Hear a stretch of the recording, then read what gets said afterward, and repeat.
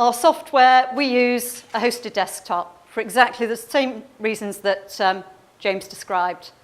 Now, we don't actually use James, lovely as he is, because we selected a supplier who knows about accountancy software, accountancy-specific software.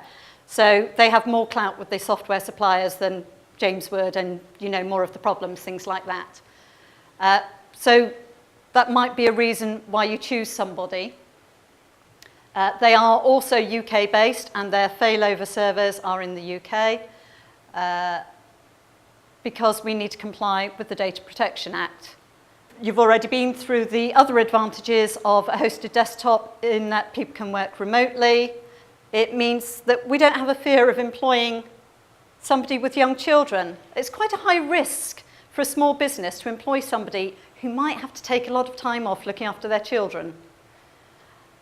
But if they can work from home, if they can work remotely, it's not a risk. Okay, a sick child, you can't work 100% and look after a sick child, but you can mitigate the time.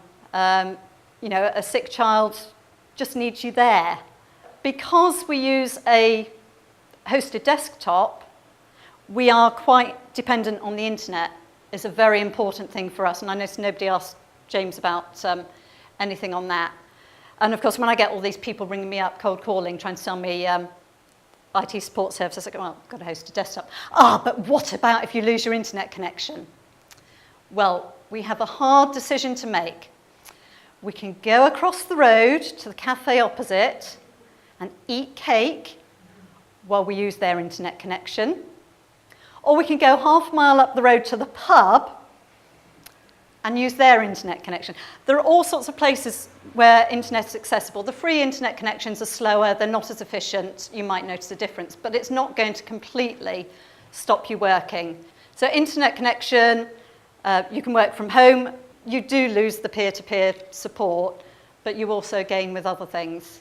So it's all part of trusting your staff to actually work without you cracking the whip over them. But I would suggest if you've got that, if you need to do that with your staff anyway, you probably need to look at who you're recruiting.